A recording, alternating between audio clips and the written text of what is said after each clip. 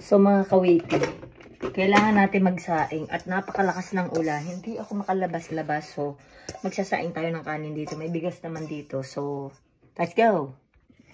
So ito mga kawiti. Sasaing tayo ng bigas. Sige, ay kutin. Siguro ay dalawa lang. Kasya na yun. Dalawa. Tapos mamaya ako, bibili ako. Sain natin. Parang jasmine rice to ngayon. Hindi masyado nyo lalagyan ng tubig. Kasi pag madaming tubig yung jasmine rice, ay naku, ay parang lugaw. So, kaunti lang. So, pwede na to. Pwede na ito. Ang lamig ng tubig. Tayo na. So, ito mga kawiti. Ilalagay natin dito. Tatakloban natin. Kasi sasaksak natin dito.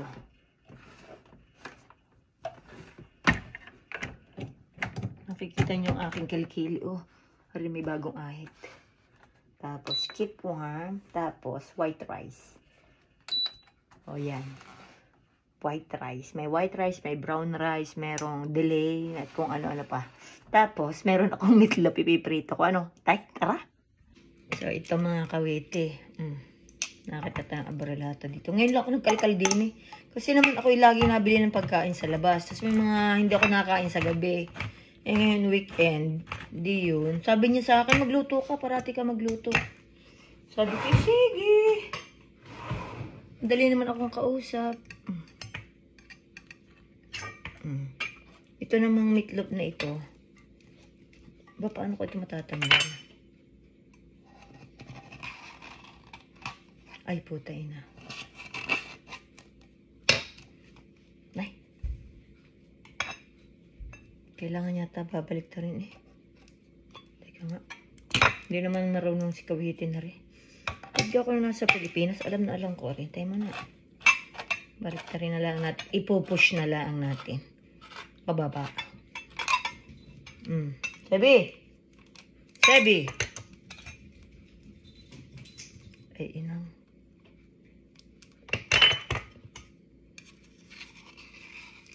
Yung aba yun ang kawite, inilabas na natin. Diba, bonggalicious. Tapos paborito kasi ito ni Inga, i-slice natin siya ng ganyan.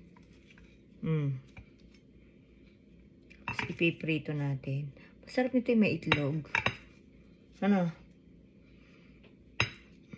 Yan. Tapos, alam mo, sausawan ko nito mamaya. Sasawsaw ko rin sa kalamansing may tuyo. Ay! Ano? Tayo, babalikan natin na tayo kang wititahan. Muna tayo mantika. Ano? Diyan muna kayo. Bye-bye. So, ito mga kawiti, nakakita tayo ng kawali. Tapos, paano kaya ito? Convection. Naku. Yung. Kita nyo naman. Ay. Ganyan. Kaya muna, baka ari sumabog.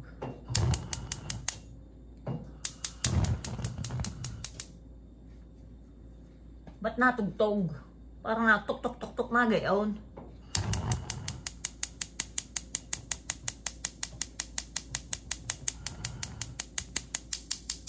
Ay, nakakatakot itong hype na ito. Baka ito yung makasabog eh. Dire-diretso eh, tek-tek-tek-tek-tek. Tatay, matatawagan ko muna sadya kung natik-tek na gayon. Aba, ako natatakot. Parang may lalong nasindi eh, no? Tay. Wala, eh, kung ito yung natik-tek na gaya, bahala na siyang tumik-tik na gayan. Baka naman titigil din ng mga kawite. Ay, lalagyan natin ng mantika. Parang natik-tek nga eh.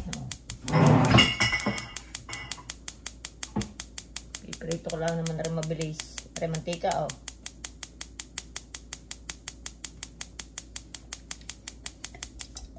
Yun, aba nawala. Nawala kawiti ang mga tiktikan. Nakakatulog na ang mantika ang area. Tay, area mantika eh parang nakakatulog na, ibubuhos ko na. Para ako'y makapagsabaw. Natigil pala, ngayon alam ko na. Sus Maria. Yung karman taga-bundok, mga kawite. Oh. Kita mo. Ganda din sa bahay na rin. Gustong gusto ko din eh. Ngayon, ako'y nakakapag-alam na't magluto-lutuan. Ay siya, mapapadali na si Kawite. Ano? Pero si Sebi, tingnan niyo't lagi nakabanglada yun sa akin. Oh. Sebi, say hi. Sebi. Yan, tayo muna. Magluluto muna. Di pa luto ang kain. Tapos tayo kakain magmumukbang. Ano? Kaya mga Kawite, lalagay na natin. Oh, are. Natin na rin itlog na rin.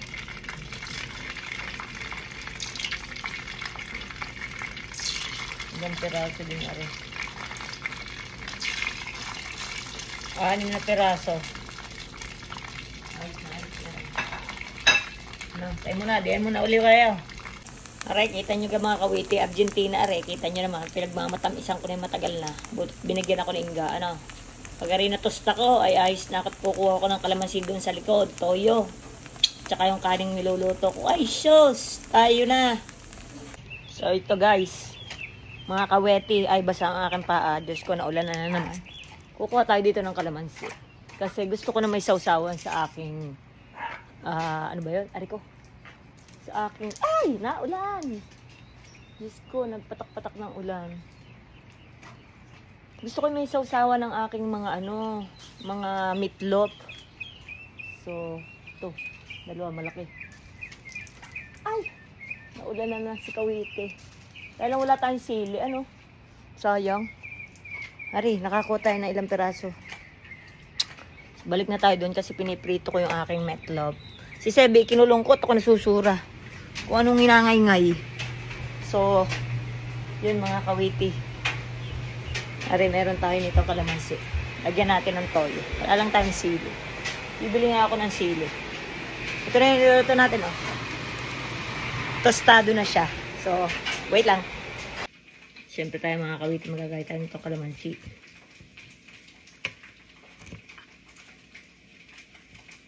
Parang mawiwili na ako magluto dito. Lalo na pag weekend. Kasi, si Madam ay wala pag weekend. At may trabaho. Nurse yun, yung si kasama ko sa bahay. May medyo na siya, yung hindi na makatandaan. Pero kumbaga pwede na siya mag-retire. Siya may mayaman, ang dami niyang pera. Tapos lagyan natin ng toyo. Parang patis ito. Ay, patis ata ito. Ito ng toyo.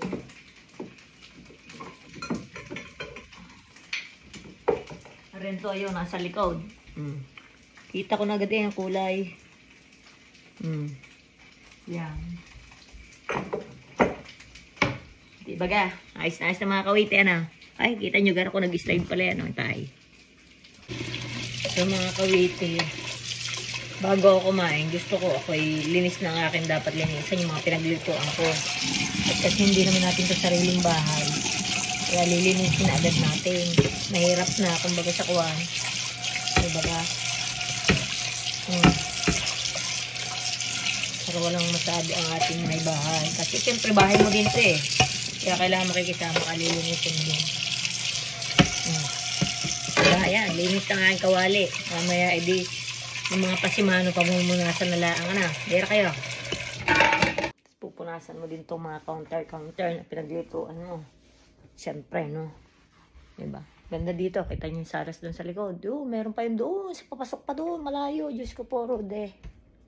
Hello, mga Kawiti. Naprito na natin. Tapos siya rin tuyo. Tapos may tira pa tayong, luto na yung kanin eh. May tira tayong adobo. Tandaan nyo yung adobo nito. At kasama yung corned beef na may gulugod. Ito. Ay, iniinit ko. Di ari ang aking kakainin. Hoy, may pagkain kan sa iyo. Binigyan kita. Ay, sarap na rin adobong are.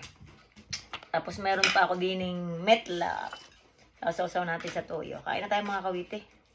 Nandun ako sa... meron sarili akong upuan dito at lamesa pati. Gan sobrang init naman na rin. Kahango nga lang pala.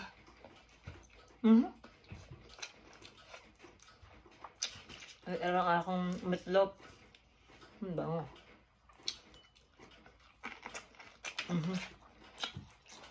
Lalo ka may sili mga kawita.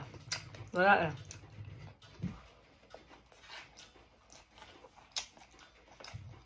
Hindi pa tayo nakakabi yung sili eh.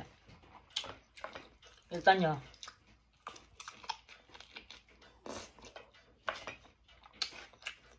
Kakalwan din sa aking bahay eh.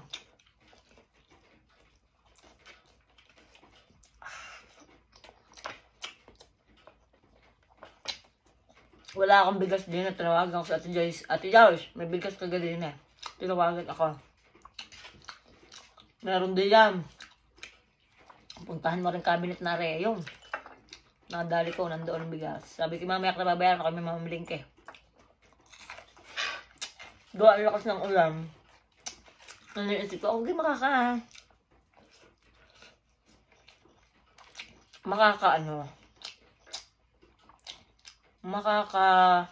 tawag din eh. Birthday lang. At pagkagaling takas ng ulam,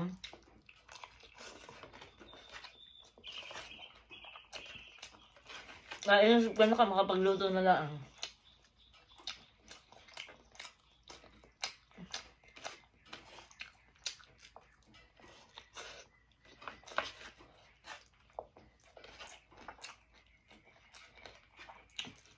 Ang plano ko pa, mga kawite,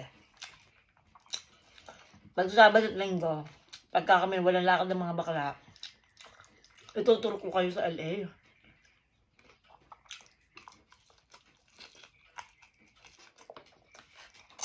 At sa 7 naman naiiwanan dito sa bahay dito.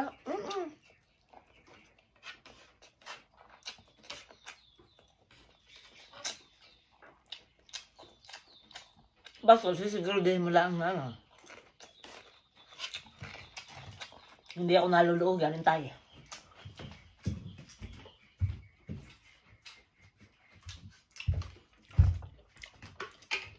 Hindi ko nahanda yung antasa.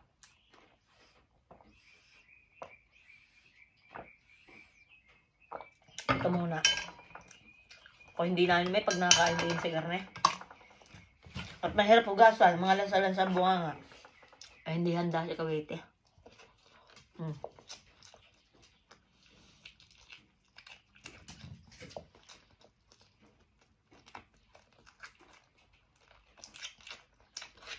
Yung gagawin ko, ako na may tupperware ako diyan.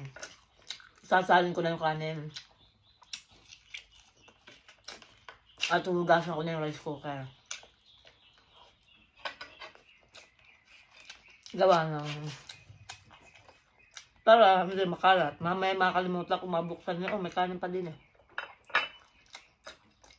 Para init na lang sa microwave. Ano? Sarap na rin yung adobong manok ah. At pagka hindi natuloy mamaya din sa birthday yan. Hindi rin na lang kakain. No? Pero sana tumila. Aba rin dala-dala ko pare, galing sa mga pinsan ko. Ang rin dalawa, iniwan ko lang sa pinsan ko, isa. Saka siya galing kay Daphne. Galing Pilipinas. Ay, pinaglalagyan ko ng mga susi-susi. Hindi, akin binaras.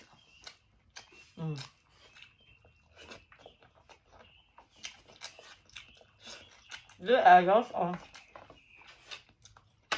Tayo mga kulit, ha? Ayos na. Mamaya ako nakakainin na lang.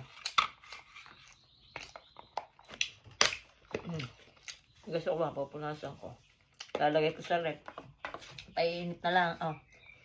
Pa, meron pa pala din, ha?